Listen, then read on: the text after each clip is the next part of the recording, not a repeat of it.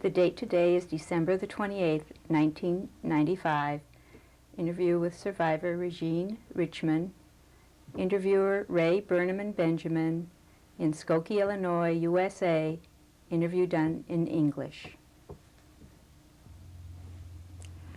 My name is Ray Burnham Benjamin. I will be interviewing Reggie Richman in Skokie, Illinois, USA.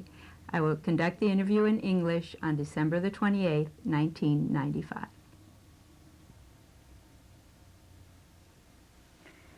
Please say your name and spell it. Reggie Richman, R-E-G-I-N-E, and Richman, R-I-C-H-M-A-N. And your name at birth, and please spell it. At birth it was Gina Helfgott. Gina, G-I-N-A, and Helfgott, H-E-L-F-G-O-T-T. Today's name and nickname, and spell it, please. Okay, today they call me Reggie, R-E-G-G-I-E. Your birth date? I was born on December 11, 1927, in Munich, Germany. Please describe your family and give their names and if they're unusual spellings. Okay, I was born to Solomon and Gisela Helfgott. I was the third child in a family of four. Please give me your brothers and sisters. My sister was Henny Helfgott, and she is 7 years older than I am. And then I had a brother, Ernst Helfgott, E-R-N-S-T, and he was 5 years older than I. And then I had a younger brother who was 2 years younger than I, and his name was Alfred.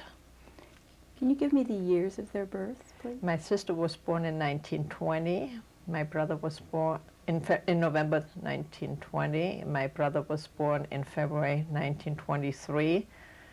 And I was born in December 1927. And the youngest one was born in March 1930. Describe your home in Munich. Okay, my earliest recollections in Munich were in 1933 when the Germans walked in, and I remember that distinctly because it was when Hitler came to power and the Germans were walking through the streets with their songs and everything, and we had a maid who was German, and she looked out the window and she was always making fun about how fat Goering was, and she said he looks like a pig. And when being a child, and I repeated that, I was not allowed to say that because being Jewish, we were not allowed to make any fun of either Hitler or Goering or Goebbels. So, and that was a no-no. So, and yet, being very young at the time, I was about 5 years old, and we were not allowed to say anything. And those are my earliest recollections when he came to power, when Hitler came to power. Describe the home that you remember. My parents were working always. They had a business, a shoe business, and we were mainly taken care of by maids, the children. Of course, we had good maids. One was for the house and the cleaning, and the other one was just to take care of the children. And my earliest recollections were always that we were in the hands of the maids rather than of my parents, and I missed this terribly. I'm sorry, please explain. I missed it throughout my growing up because I always felt I grew up without parents. In 1934, I started school at the age of 6, and we had to go to a Jewish school. It was the Jüdische Volksschule in Munich, and we were completely, it was already, you could not play with any German children. You were not allowed to go to the swimming pools or to the ice skating ring.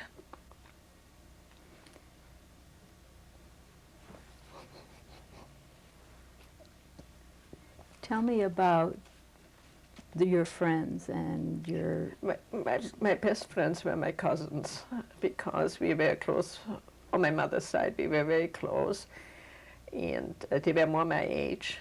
Today those cousins, except for one who perished in Auschwitz, live in Israel. But we went to school together. We always spent everything. I mean, we went to the same synagogue. We always were together. And those were actually the closest friends we had. Just the children.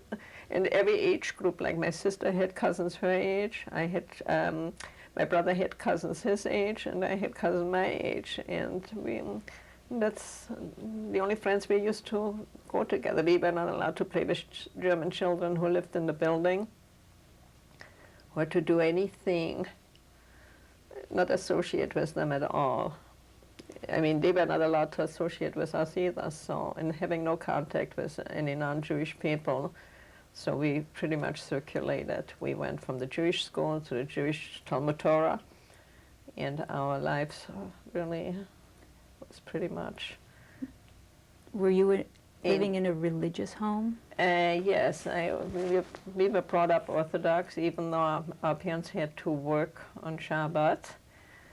But the children had a strict Orthodox upbringing, and I also recall very often on our way to Talmud Torah or to the synagogue, as children, we used to walk like in groups with my cousins. We used to be beaten up by the German children on the way to.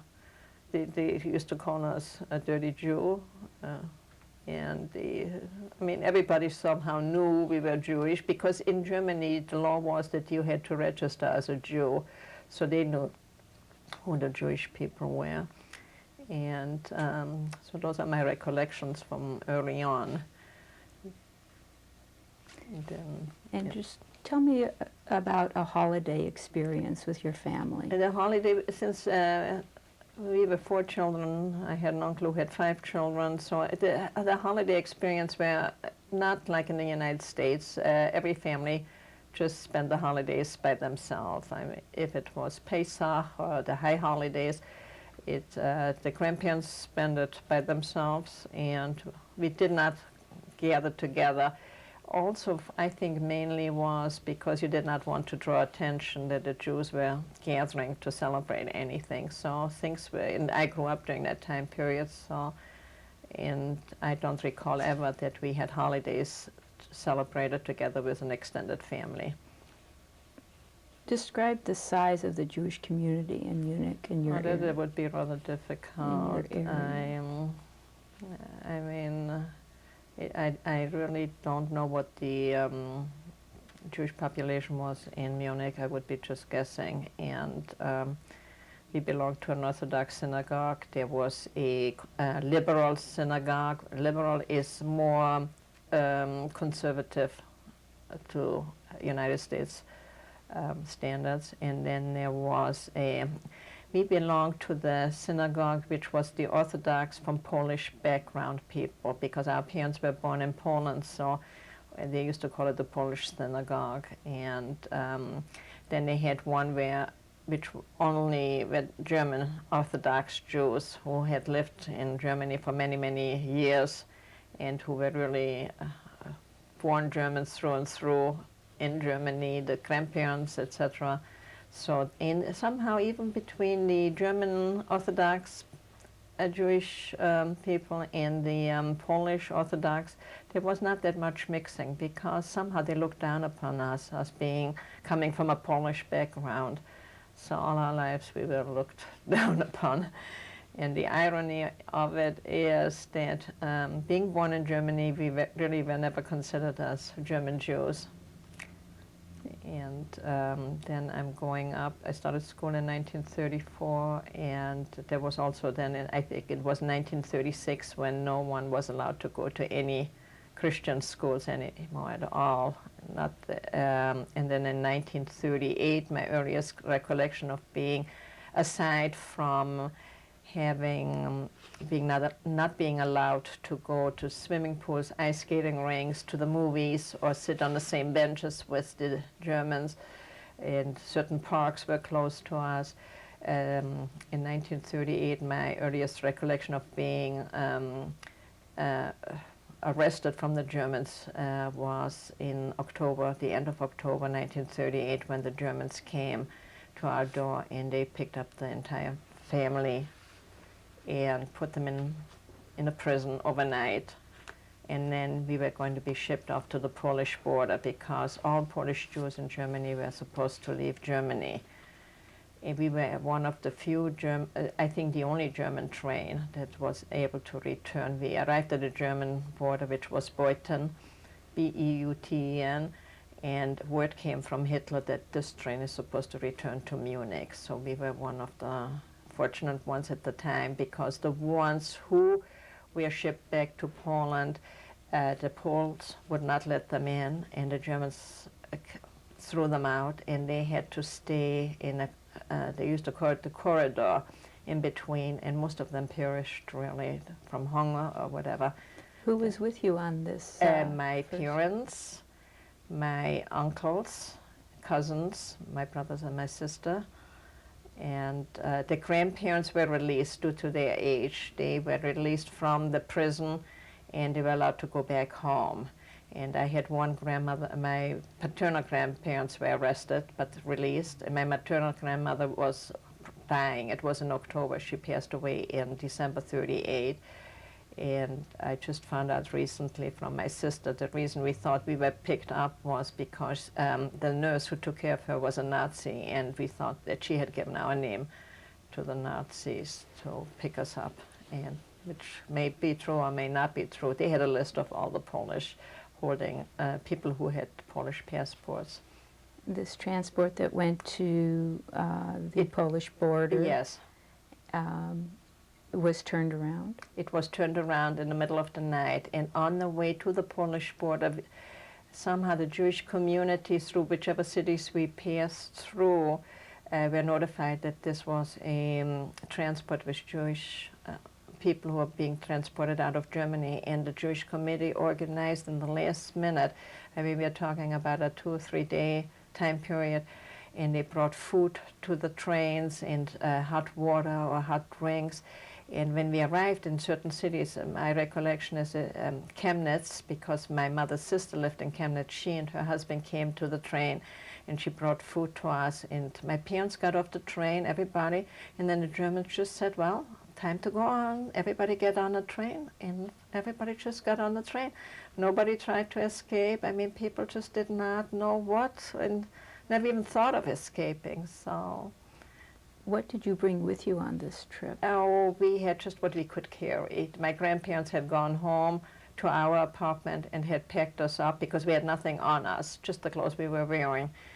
And when my mother opened up the suitcases, she found out that the maid had just put in the curtains and tablecloths and all the stuff we really did not need. So, I mean, so we had really no clothes. We were in the same clothes for the few days from the time we were arrested till we returned to Munich, which we were arrested on a Friday morning, and we returned to Munich on a Sunday night. And what happened when you returned to Munich? Then we resumed. We went back to the school. That was in the end of October 38. I think it was October 20th, 1938, when we were going to be deported.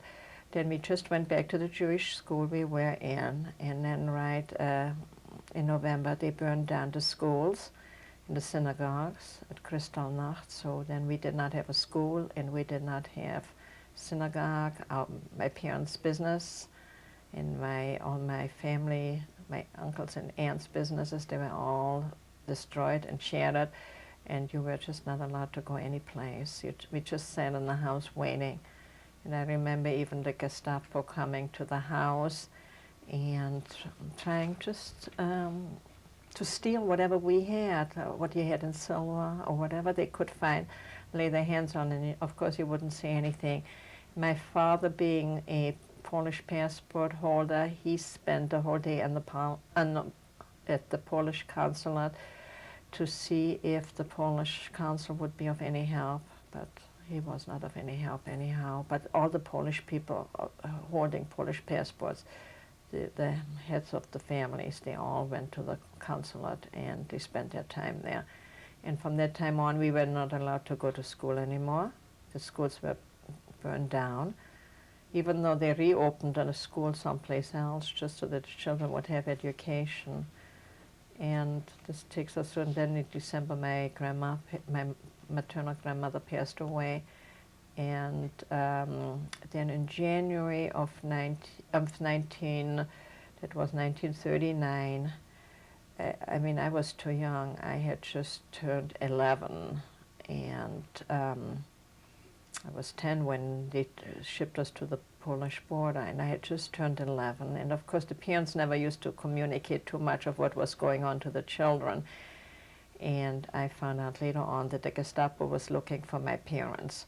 So we were going to go through Köln, which is Cologne, and pay somebody to smuggle us over the Belgian border. And all the clothes we had on, we put on maybe 4 or 5 outfits, each one of the children, because that's all we could carry, not to draw any attention to ourselves.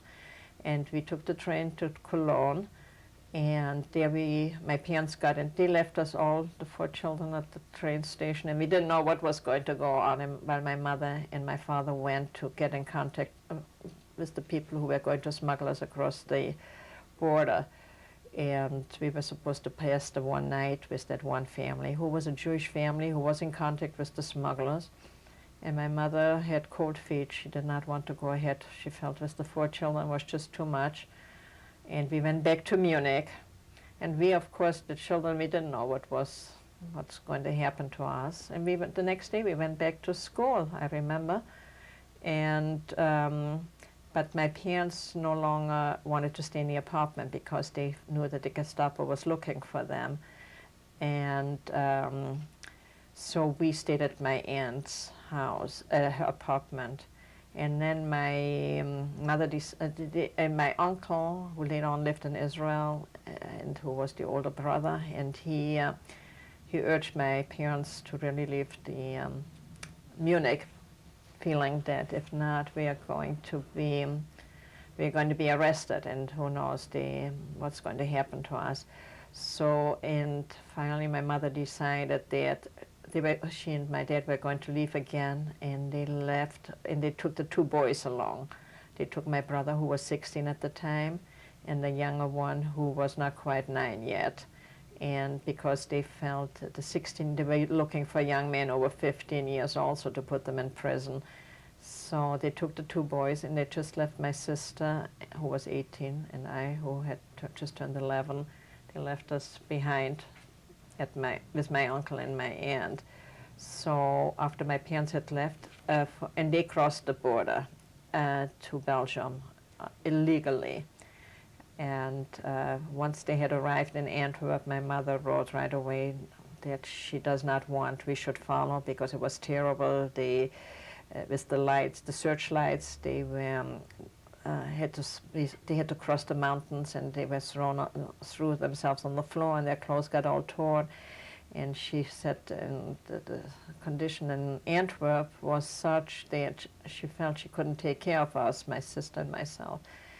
Then my dad happened to read in the newspaper that they were looking for nurses in England, so he wrote to my sister and told her to apply to England to see if she could get out. And my sister, having studied English in a lycée, she wrote to them a letter in English and saying that she's applying to study to be a nurse.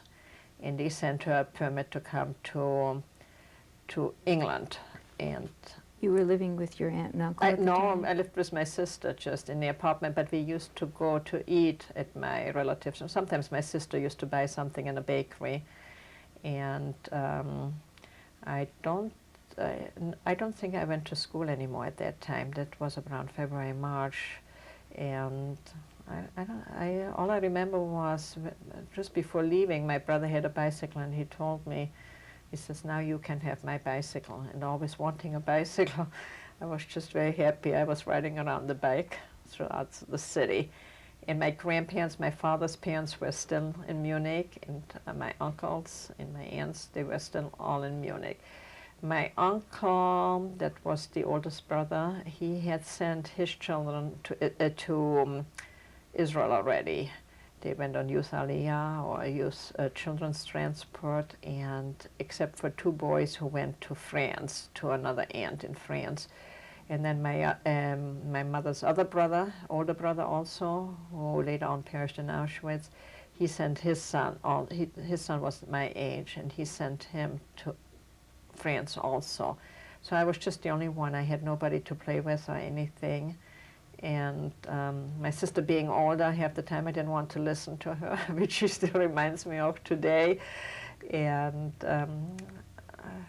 this was just our life. So when my sister, then in June, before June, we received a notification from the German government and from the police saying that we have to leave Munich, and if we do not leave by June 1st, we have to report to the police, and we probably will be put in prison. So most Jews try to leave. So my sister put my name on her passport, and the agreement was such that if she had to go through France. If she would be able to get me over to France, just with my name on the passport, no other papers, then she would leave me in France. And because she was afraid to take me to London, where she was going to land, and because she had to sign a paper that she's coming out by herself. And my mother had written she does not want me in Belgium because the situation was such that they had no food and no beds, and they had just nothing. She felt she just did not want me there. So my sister took me along to France, and just in the case the French would not let me in, they would send me back to Munich, and I would have to cross the border to Belgium illegally together with my grandparents, who also received notification that they would have to leave. So once we had crossed, we went to Kehl, which is spelled K-E-H-L, which is between the border of Germany and Strasbourg. So, and once the train had passed, my sister said, "Oh, we made it to France." So that was our luck. I did not have to go back to Munich. And in France, I had my mother's sister lived in France with her family, and they had always lived in France because when they got married, it was, even though they lived in Munich to begin with, but her husband was from Alsace, and at that time Alsace used to belong to the Germans, and so when they lived, and then after the World War I, it became French, and so therefore they were French citizens. But my aunt said to my sister, "Well, you cannot leave her with us because we have already notification that the war will break out and we have to be evacuated from Strasbourg."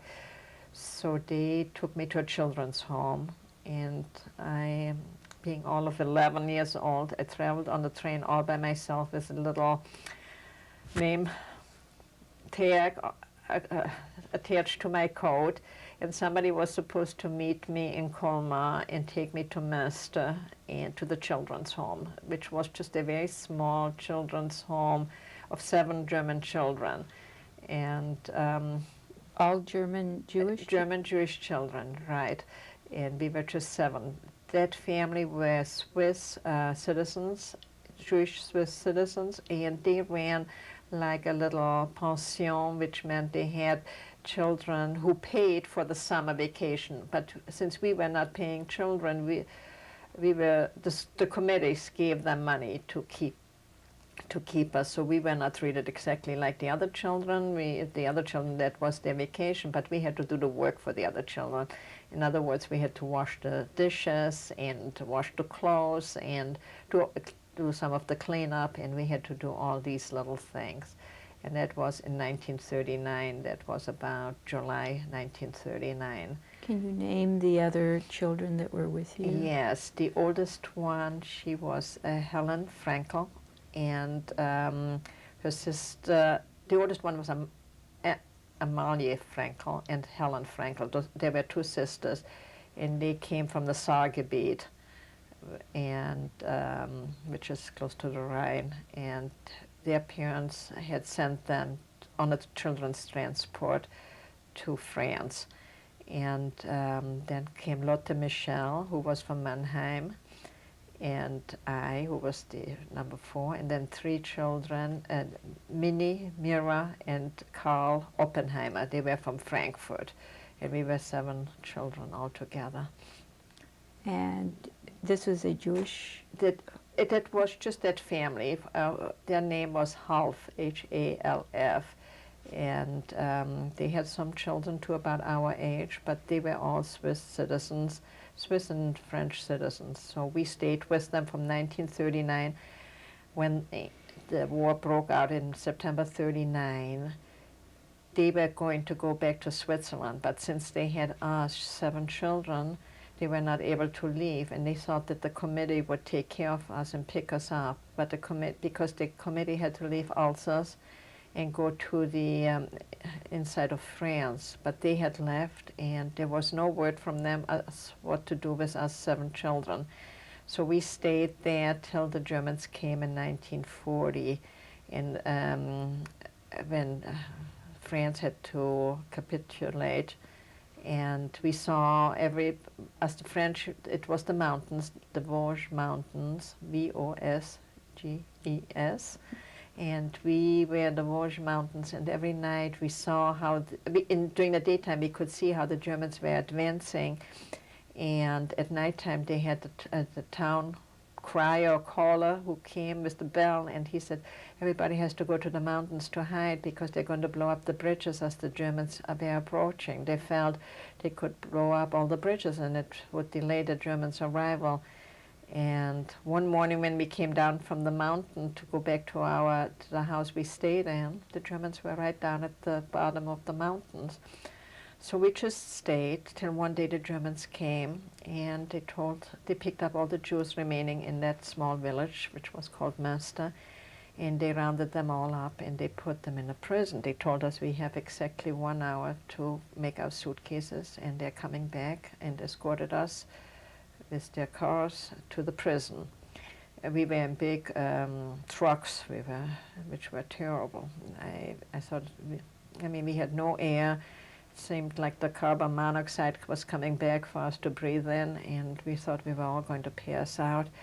Finally, we arrived at the prison, and we had to get off the trucks, and the Germans were standing there with their guns, their rifles, and escorting us to the inside, and we had to spend the night there. Since the family was of Swiss origin, they said they had asked to get in touch with the consul, the Swiss consul, and they said they have Swiss passports, and they asked to be released. So then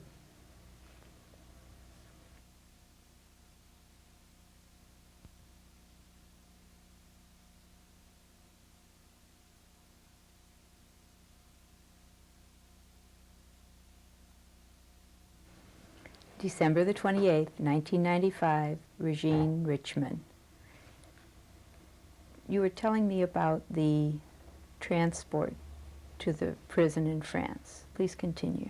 Yes, and what I wanted to mention was the Germans had given us 1 hour to pack up, and in 1 hour it was that family who had 4 children and us 7 children to pack up. The oldest one was 15 or 16, and the youngest one was 5 of the 7 German children.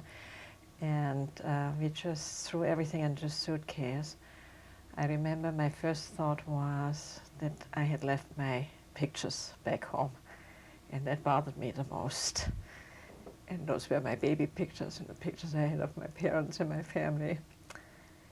When we arrived at the prison, we were all, the whole Jewish community from Münster, old and young, and there was one old lady, they had told you not to bring along any money, no silver and no gold. You have to leave all of that stuff behind. Well, we children didn't have any, but the people from the community, they had lived in that community for years and years and years, and there were some older people, and I had to, one woman, especially I recall, She was an older lady. She must have been maybe in her 60s, and she had taken along her silver. And when the Germans found out she had her silver in it, they took away her whole suitcase. They took everything away from her. She had no blanket and nothing, and she cried the whole night, "I don't have a blanket, I don't have a blanket, I don't have anything to cover myself with." And we just had to sleep on some carts on the floor. The police with the rifles were waiting outside, and the minute you went out, had to leave to go to the bathroom or anything, they were standing there with the rifle aimed at you.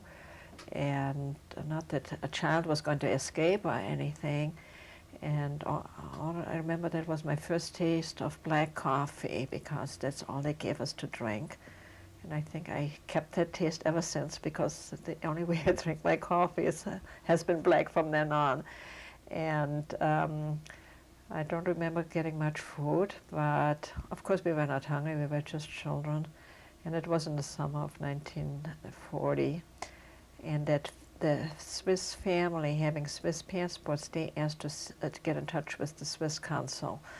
And they said they have to be released because they are not French citizens, and they were going to ship us to the concentration camp. And I don't know whatever happened to those people. I don't think they were released. Maybe they were one of the early deportees, or they were left in concentration camps. The family, the Swiss family, who had 4 children of their own, the Germans had told them they would only release them if they would take the 7 children with them and take them with them to Switzerland. And the family agreed that they would take the 7 children with them under their guard, and we would go to Switzerland. As a result, we were released from the prison, escorted back to that family health's home, and we were given a day to pack up. And all I could think of, at least I'll get my pictures, and we went back home, escorted by the German police car from the front and one from the back, so that nobody would escape in case we had to stop someplace to go to the bathroom. And the Germans were always ready with their guns to shoot. And we went back home, and they told us they would pick us up the next day. We should pack ourselves up, and they would escort us to the Swiss border. And again, we were escorted to the Swiss border. That a family hired their own private car with a chauffeur to take us to the Swiss border, because in those days not very many people were driving. You used to have a chauffeur. And we had a German escort from the front, one from the back, and we went to the Swiss border. I remember distinctly when we arrived at the Swiss border, it was the middle of the night, and we were 7 children. We had to get out of the car, and the Germans were negotiating with the Swiss soldiers at the border. The Germans did not want us. The Swiss would let the family in, but not the 7 children. And Mr. Half, he decided that his oldest daughter, who was at the time 18 years old, she would escort the 7 children back to central France, where the committee would be located, and she would hand us over to the Jewish committee and let them take care of us, because we were really their charges. Of course, we children had no money, and he had very little money with him, I think, and he gave, the girl's name was Alice, he gave her whatever money he had, and we traveled on a train to get to the committee, which was at the time located in Périgueux, Dordogne, which is on the southwestern part of France. And as we were traveling, we traveled by night, not having any money on the train. We befriended some German soldiers, because all we spoke at the time was only German. We did not know any French yet. The girl, of course, Alice, spoke French, but we only spoke German. And the German soldiers at that time were very willing to help us and let us ride free on the train, giving us food. They gave us sandwiches. I must say, we were very thankful to them, because they, in a way, treated us better than the French authority. The French just wanted to get rid of us, and they wanted us to pay on the trains. We had no money. We were crying, children. And then we found a German soldier, and we told them we were abandoned by our parents, and all we want to do is leave the station. We have no money, and in France you have to show that you purchased a ticket. When you leave the train station, you have to give your ticket in. So we had no tickets, and the French authority would not let us through. And then the Germans came along and they said, here, we are in charge here, you just go through. And all the 7 children with Alice, we went through. We arrived in a city, and I think it was either Dijon or Angoulême. I really cannot recall exactly. And the day we arrived there, France was divided into the occupied zone and the unoccupied zone. So we were in the occupied zone, and in order to get to the unoccupied zone, you had to have special papers from the prefecture. So it took us 4 weeks to get papers, and in the meantime we stayed at some pension or sort of a hotel, which was very cheap. And a friend that who was with me, that Lotte Michel, that I met about 2 years ago and found out she was alive, she told me, do you remember we used to eat white cheese in the morning for breakfast with soup, which was just plain water. We had that for breakfast, and then for dinner we had the blank soup with the white cheese. So white cheese with the soup for breakfast, and the soup with the white cheese for dinner. But we didn't care. We were kids. We really, we did not know. You know, we weren't hungry yet, and we just waited around to get the papers. Nobody ever thought the Germans would do to us anything. And as we were walking through the streets, we used to befriend German soldiers. And there were the 3 youngest ones who came from Frankfurt, and their name is Oppenheimer. And that's Minnie, Mira, and Karl Oppenheimer. They befriended a German soldier, and we started talking German to them. And they told the German soldier that the parents were living in Frankfurt. And he took their names, and he wrote to the parents to tell them that the children, he had seen the children, and the children are all right. Now, that was in 1940, and there was still, things were not as bad yet. So after 4 weeks, we finally got the papers, and we went by train to Périgueux, which is in the Dordogne, and we contacted the Jewish committee, and Alice left us with the Jewish committee, and she went back. They paid her for her expenses, and she went back to Switzerland to rejoin her parents. And from there we were placed in our first children's home, which was with other children who were German children also, and that was in Trellissac. That was 5 kilometers from Périgueux, and that was our first children's home. The home was inside, we lived in a barrack, inside a big park, and in that park they had an insane asylum. And where they were cooking for the insane people, that's where we used to receive our food from. And that was 1940. We were still rather spoiled children as far as food was concerned. We could not eat that food half the time. The smell, to pick up the food, we had to go to the insane asylum, and we had, and the smell in that asylum was just terrible. There was no running water in the barracks. There was nothing. We had to go to another barrack where they had some washing facilities, no showers. I mean, just washing facilities. In the toilets was just a hole in the ground. And so men and women and children, everybody went, you know, took turns to go. And half the time we would not eat. We just didn't care. But we kept on living and not knowing what was going to happen to us next. So this was from 1940 to 41. During that time, we went to a school, which was a French school, and because it was a small village, and we were the only children, we were learning some French and started talking more and more French. And it was a French school, and we had a little bit of an education. I remember the teacher was very strict. It was a to us, he seemed older. I don't know how old he was, but you know, when you're young, everybody seems old. But anytime somebody would not behave, he used to hit them, and mainly the boys. So, well, we tried to get whatever education we could get, and then they decided that they were children from the ranging. The oldest one who took care of us was they called her surveillante. She was the guard, and she was about 22, 23 years old. She took care of all these children, and the oldest one was about 19.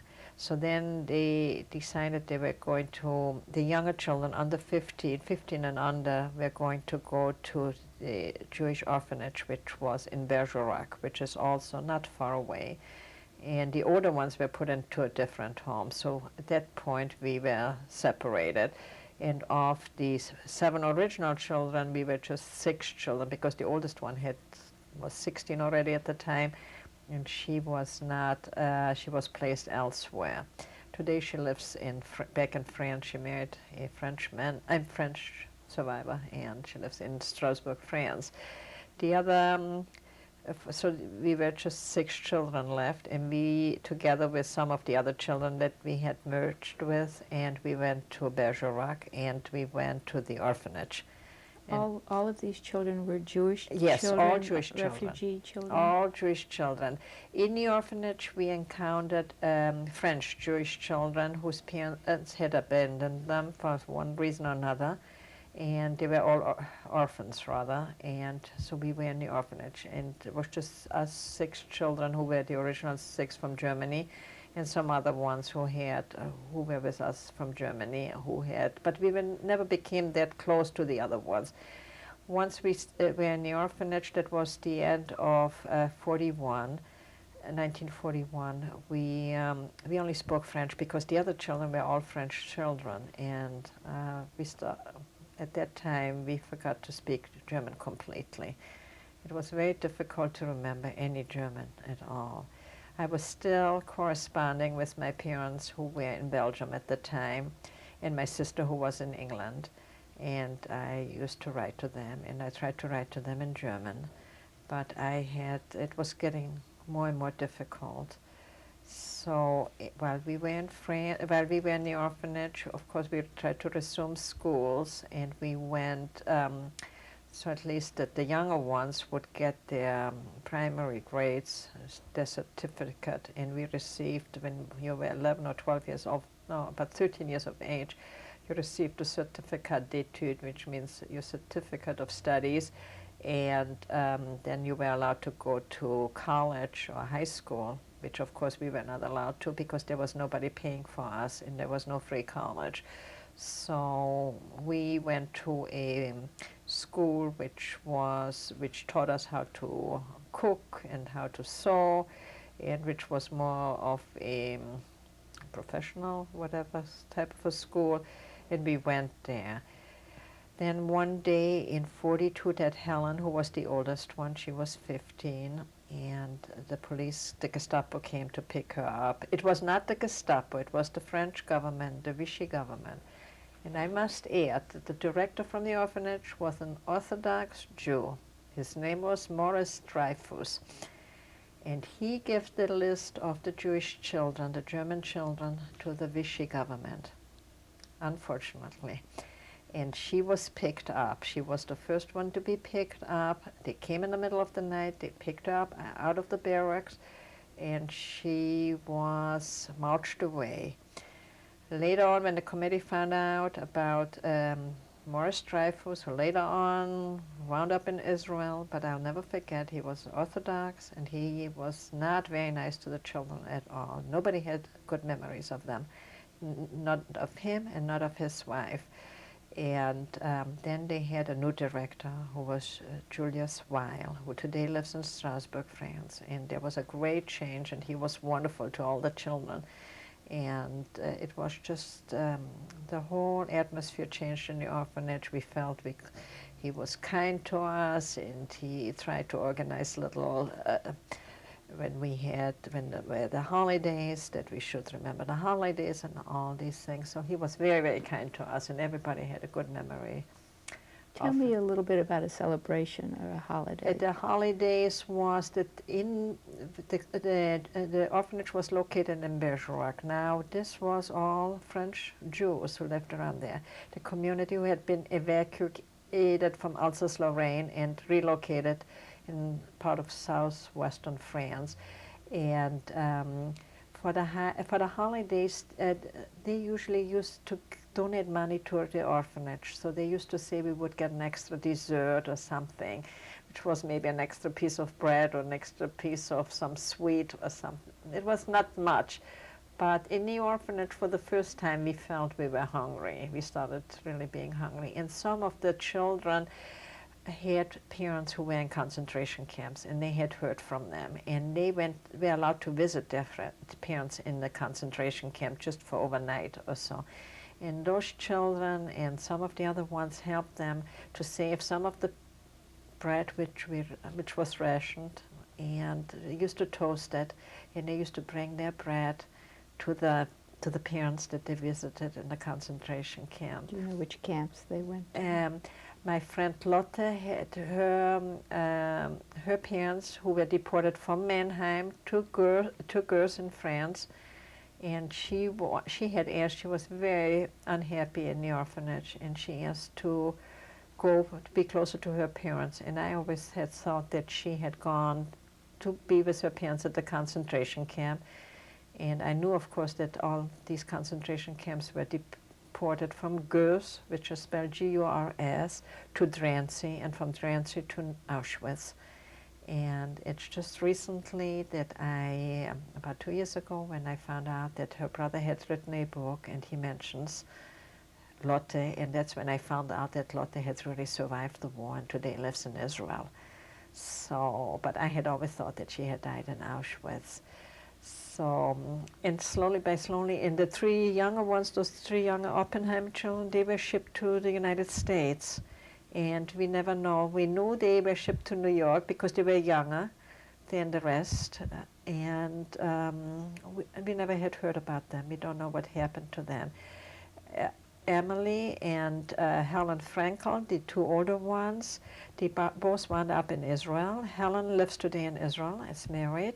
And Emily was in Israel, married a French survivor in Israel, but returned to Strasbourg and lives today in Strasbourg.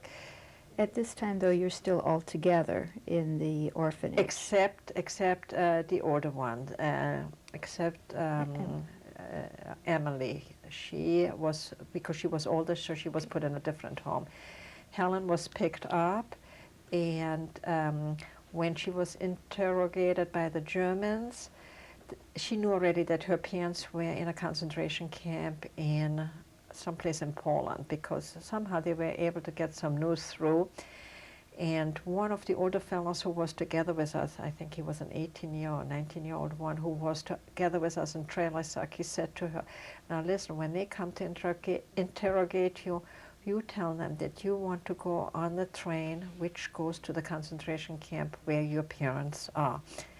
And she told it to the Germans. And the Germans said to her, well, right now we don't have a train, but you can go back to the orphanage, and when we have a train, we'll come and pick you up. And this is how she is alive, thanks to this young man who was part of the children who had told her. He was, of course, deported and probably died in concentration camp. Helen came back, and they hid her right away. She was hidden someplace. I don't know where she was hidden. I was the next one in line because I was going to turn 15. I was only 14, and I was going to turn 15. And they looked for everybody 15 years and older to deport because they felt they could work in the concentration camp. So on my 15th birthday, which was December 11, 1942, I was to go into hiding. And it was a young professor who lived in Perrigo who had gone to the Jewish committee and who had said she wants to save a Jewish child's life. So I was chosen because I was the next in line, and I was taken by somebody from the committee. They took me to on a train which was filled with Germans, and she told me, don't make yourself noticeable, because my papers were not false yet. And I had no other papers, and if they asked you for papers, I did not have anything. And she took me to to the place I was going to be hidden for 2.5 years, completely out of contact with anybody Jewish. What was the... Denying my Jewishness. Told them I was Protestant because I had to go to church and I did not want to kneel in church. So, and I told them Protestant people do not kneel in church, since everybody in the village was Catholic, and it was in the central part of France, and nobody ever had heard about Protestants. I told them that I had lost my parents as we were fleeing from the Germans. I wound up in an orphanage. And so I had lost my parents. I don't know where they were, but I knew that my parents lived in Belgium, but I didn't want to tell them. So, and I said, and I'm Protestant, and I was born in Alsace-Lorraine. I got my papers, but I did not get any food stamps. And that woman, she said, whatever we have, you will share with us. And because I had to be on their food stamps. And being a child, you were really allowed to get more milk, and you were allowed to get more bread and more sugar. But since I did not have my papers, so I didn't have that, didn't receive any food stamps, and I had to share the little bit that they had. But they lived close to, I mean, it wasn't a farm community, only a few houses were in that village. And we were able to get food from the farmers. And Did you work in... no, I was only 15 years old, and I wasn't even allowed to attend school or anything. All I used to do was, that woman, she had lost her husband. That was the mother of the professor, and she had lost her husband, and she was 65. I was 15, she was 65, her father was 85. So the three of us, we lived in that house. And she used to knit gloves or crochet gloves, which they used to bring in and then get some money for that. The people used to give you the money for the yarn. They used to give you the yarn, and you learned how to crochet. And so I used to make a few dollars, and I used to buy a few francs. And with that money, I used to buy myself maybe a little collar to put around my whatever dress I had. I didn't have much clothing. And it was very cold where we lived. It was in the mountains. And this is how I spent my time. I was not allowed to go to school. I told everybody I was 14 years old instead of 15, because in case somebody should find out. And it went, I lived there for 2.5 years, and I befriended some of the villagers. And I said, I don't know what happened to my parents. I told them I lost my parents and my brother. I always spoke about my older brother, Ernst. And so I said, I don't know what happened to them. I just have no news from them. So I lived there for 2.5 years. The only thing at nighttime we used to listen to the BBC and trying to hear how far the Americans are, and when they were entering they entered the war, and where they're approaching, and the battles, and everybody was just waiting for them to debark into France from London, from England, and to liberate us. And at the time, in the village, even all the young people, the young French people, they were all prisoners of war. So they had, most of the homes were without young French men.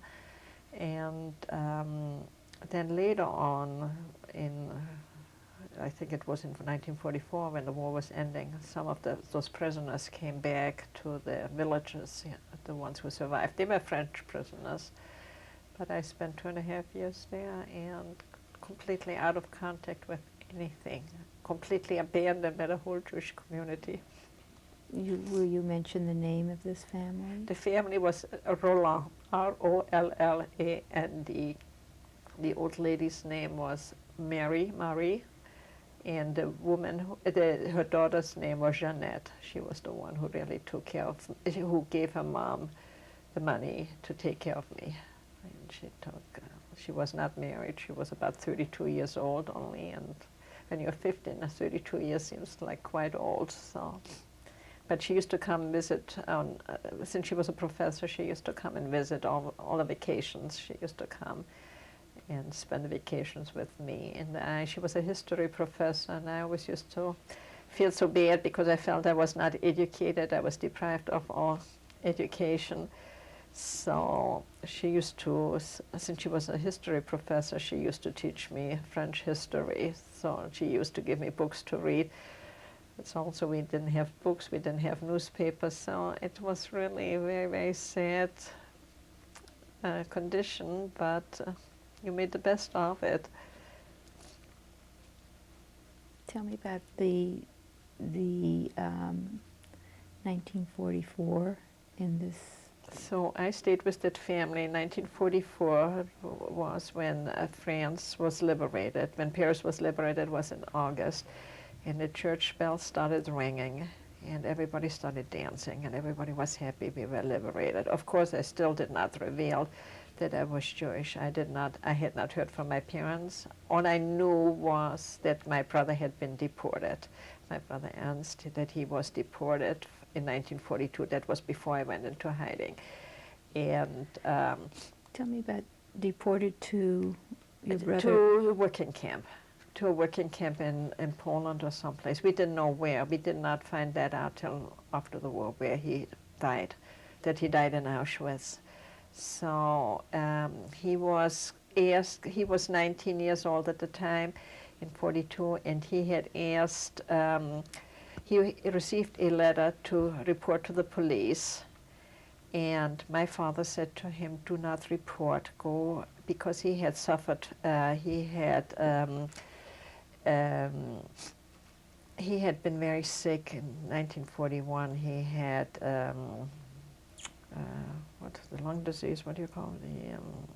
Not pneumonia, tuberculosis. He had tuberculosis, and he was in a sanitarium, and he hated it so much in the sanitarium. They were all old people, and they were coughing up blood and everything. But he needed to be, because he was just very, very sick, due to all the deprivations and going from one camp to another. So when he developed tuberculosis, he had to be in a sanatorium. And when he started getting better and a little bit stronger, he was released. And my father said to him, go back in a sanitarium, at least you will be safe. And he says, no, he says, I'm a sick boy, and they cannot use me for work, they will send me back. And he said, I will report, and they will see that I am not able to work. And yet, that's how he was taken.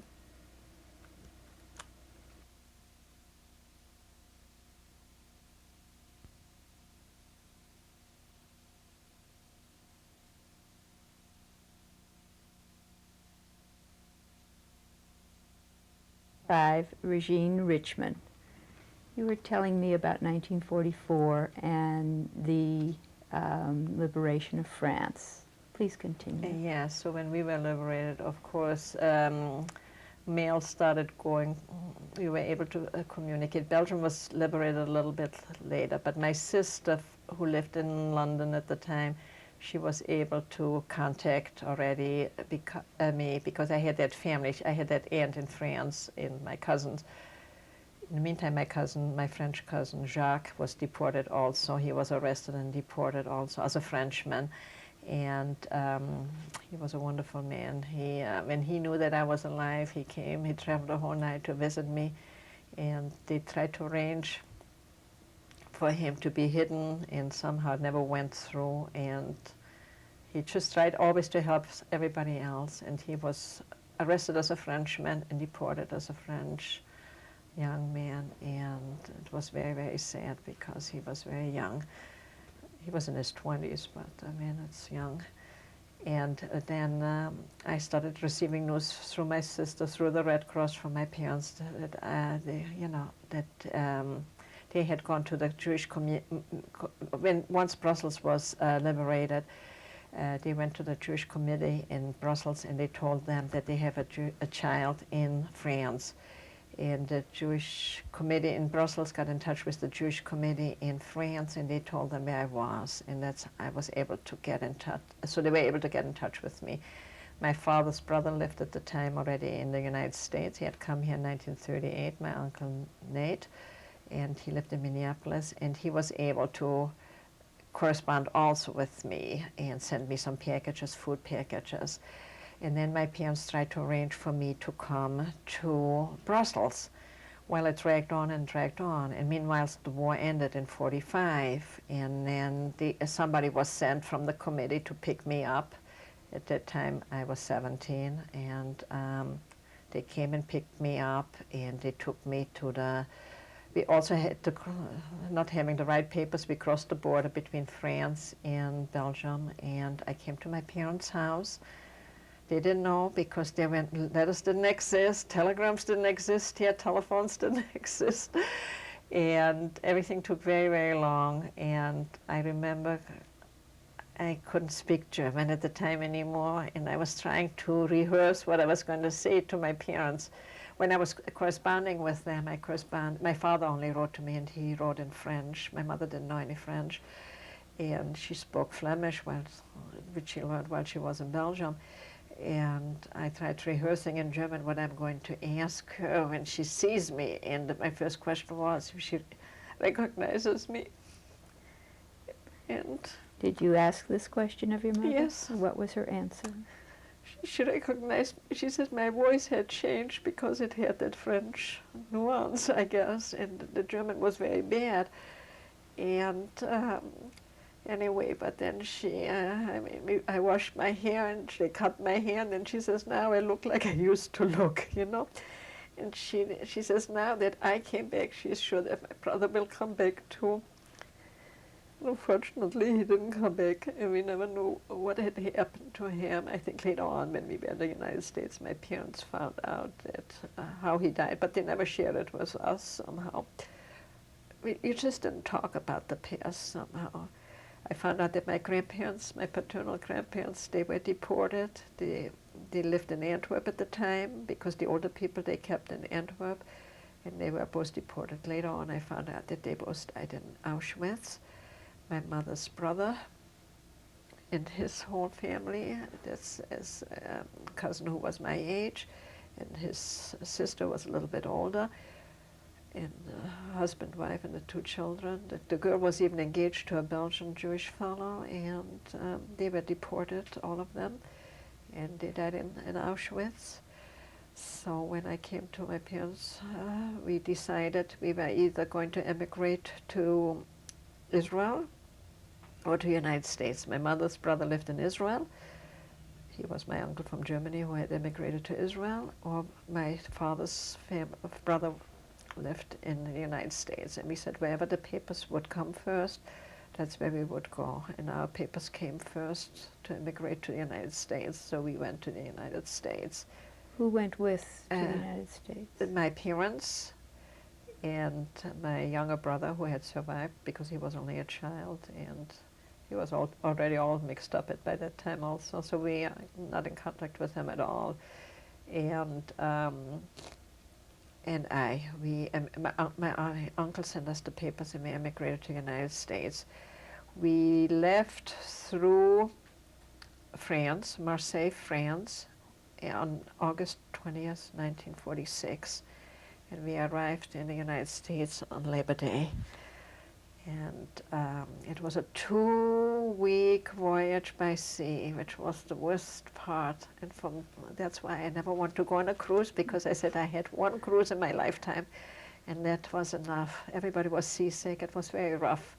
The food was horrible. We were together with war brides, and the first, mostly the war brides that American soldiers were trying to get over, and we were together with people who had relatives in the United States, either brothers or sisters or parents or children.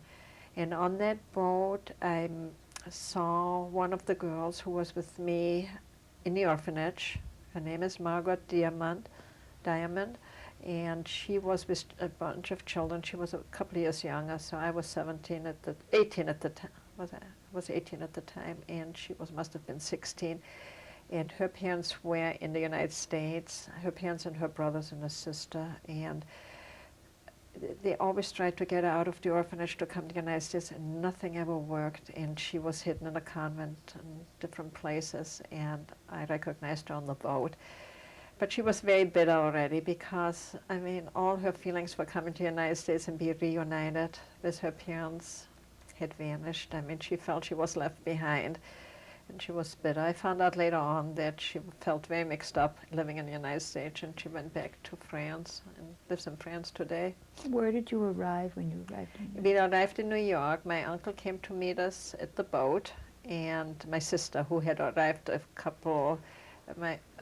few months earlier, because my sister had meanwhile gotten married in England, and her husband's family lived in New York, and they sent them the paper. So my sister and my uncle came to meet us at the boat, and it was just, we couldn't believe we were in America. It seemed like you were in Disneyland, Dreamland. And we stayed 1 week because we hadn't been together with my sister, so we stayed 1 week in New York with my sister, and then my uncle arranged for us to, and with my uncle, he stayed also in New York, and we all went back to Minneapolis. And that was in September '46, and we lived with my uncle for 4 months because it was very difficult to get housing, and at the time, and until he got us established and everything. And he had a factory, a shirt factory. I worked in a shirt factory. I went to school in the evening to learn English. When I knew enough English, then I went to school full time and worked part time. I tried to work whatever time I had off in the factory, because that's all I knew how to do was sewing. And then I went to high school, to regular high school, and I graduated from high school, and I had about 2 years of college at the University of Minnesota. And then in 1952, I met my husband, who lived in Chicago, who was a survivor from Dachau concentration camp. His brother knew our rabbi in Minneapolis, and so they sort of fixed us up. And when we met, it was love at first sight. We had seen each other maybe 3 times, and we decided we were going to get married. I had met him beginning October. We were engaged by the end of October, and we got married October '52, and we got married in January 25th, 1953. We would have been married, we were married 38 years. He died in 1991. At this time, I'll just ask you if there's one last statement that you would like to make. One last statement. I'm glad I'm making this tape. It's for my children, mainly for my daughter Debbie, who is most interested in what happened to me as a child, and also for my grandchildren, so that they can never deny that this did not happen. And also because my husband always felt he wanted to tell his story, and he never got around to telling it. And his story was so much worse than mine. And so it is mainly for Debbie, because I know one day she'll write a book about her parents, and about the childhood they never had. Thank you. This is my paternal great-grandfather, Nathan Spiegel. He was born in Poland. I never knew him. This is my paternal grandmother, the daughter of Nathan Spiegel. She also was born in Poland. Her name was Leah, and she married a health god, my grandpa health god. And my youngest daughter is named after her. She perished in Auschwitz. This is my paternal grandfather, Joseph Helfgott, the husband of Leah. And this picture was taken during the war years. He also perished in Auschwitz. And I have proof that, I found proof that he perished in Auschwitz. And that's the wedding picture of my parents, Solomon and Gisela Helfgott. And they got married in Lac Beomer in 1919. My dad had served in World War I in the Austrian army, and when he met my mother when the war was over, and they lived in Munich. They both were born in Poland, but at the turn of the century, they all moved to Munich, Germany. Okay, I'm the little one in the middle, and I must have been about 2.5 years old. My sister is about 9.5, and my brother Ernst, the one who perished in Auschwitz, he was about 7.5 years old. He was taken in Munich, Germany. Okay, I'm starting with the little girl who's seated on my grandma Gittler's lap. That's my maternal grandmother. The picture took place at her youngest daughter's wedding, who was my mother's youngest sister. And she's holding, the little girl was Judith, and she was sent on a children's transport to Israel, and she was about 8 years old, and she died in Israel. She drowned when she was about 30 years. She went swimming and she drowned. Standing directly behind them, the young man, is Jacques. He was the aviator in France. He was a wonderful person, was deported from France, died in a concentration camp. Next to him is his sister Jeanette, who lives today in Strasbourg, France. Next to her is my sister Henny. And next to my sister Henny is Ruth, Gittler also, who was deported from Belgium, from Brussels, with her brother and sister, with her brother and parents, and died in Auschwitz. Next to her is my brother Ernst, who died in Auschwitz. And the next is my cousin Aryeh, who lives on the kibbutz Haramakim in Israel, and his brother Israel, who lives today in Haifa, and their brother Yaakov, who lives also in Haifa. Next to is another cousin Julius, who was deported and perished in Auschwitz, and I have documentation and proof that he died there. Next to Julius is me, and next to me is my other cousin Abraham, who lives today in Israel and in Haifa, and next to him is my younger brother Alfred. And the youngest one at the time was my cousin Godofredo, who lives today in St. Louis, who is a physician and a wonderful man. And his mother was the twin sister of the one who got married on that particular day. He was the youngest one in the family at that time. Munich, 1933, at the wedding.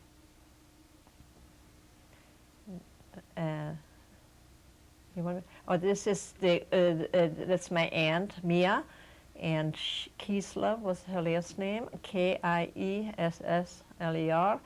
and she was the one who got married in that previous picture which showed all the children, and those are her 3 children. She was deported from Munich. Her husband was in Dachau, interned in Dachau, and she was deported from Munich to Riga in Russia. And I have documentation that she and the 3 children all perished there. This is a picture of me in the first children's home, which was in Trelisac, and the original 7 German children are on that picture. I'm the one with the bow, the white bow, and I had about the second row, second one from the right. Directly behind me, to my right, to the right is Emily, and to the left is Helen. Lotte is the one seated in front, in the middle. And she lives today in Israel. And then the 3 children that I mentioned, the 3 Oppenheimers, at the bottom, and it's Mira, Carl, and Minnie Oppenheimer, who were sent to the United States, and we never heard about them. The other ones we all know and have account of that they're alive. Okay, this is the house I was hidden in on the farm, and it is in Le Lac, Par Saint-Romain, Puy de Dôme, France. And I lived there from 1942, from the end of 1942 till the war ended in 45. And this picture was taken around that time, during that time period. This is me. It was taken before I went into hiding. It was one of the last picture postcards I was able to send to my parents. In the back of it, I sent it through Switzerland, through that family health who lived in Switzerland, whose address I had. I mailed it to them, and they forwarded it to my parents in Belgium, because between France and Belgium, they were at war, so there was no communication between the two countries, and it had to go through a neutral country. And the reverse side of it is addressed to my parents in Brussels, and where they were able, at the street where I found them again after the war, and where they survived throughout the whole war. This is my cousin Jacques, who lived in France. He was the oldest of the cousins on my mother's family side. He was a lieutenant in the French army, and after the French army was defeated in 1940, he tried to recruit his parents, and he found them. They lived in Paris. He tried to get them to the unoccupied zone. They lived in Clermont-Ferrand.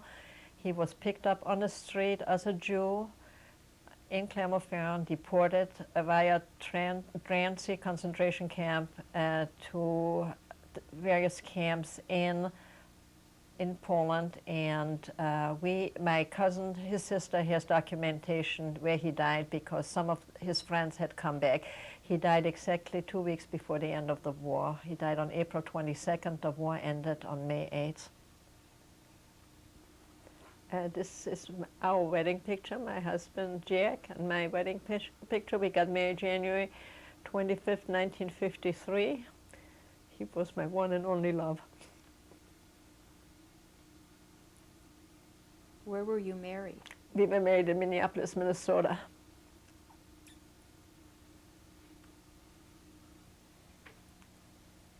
This is my youngest daughter, Shelley, whose real name is Rochelle Lynn, Rochelea. She's named after both grandmothers. And she's my youngest daughter. On the picture, she was 37 years old, together with her husband, Ruben. He's American-born, American background, his parents. And then my beautiful grandchildren, Nathaniel in the middle, who is going to be 10 years old soon, and his brother Jonathan, who is 8.5, and my little Jackie, who was named after my husband. My daughter was pregnant when my husband passed away, and so this is the first grandchild to be named after my husband.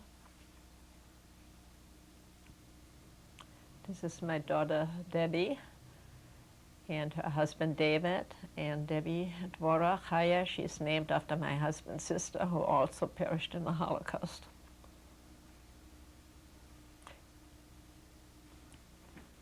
Okay, this is my daughter Debbie's oldest.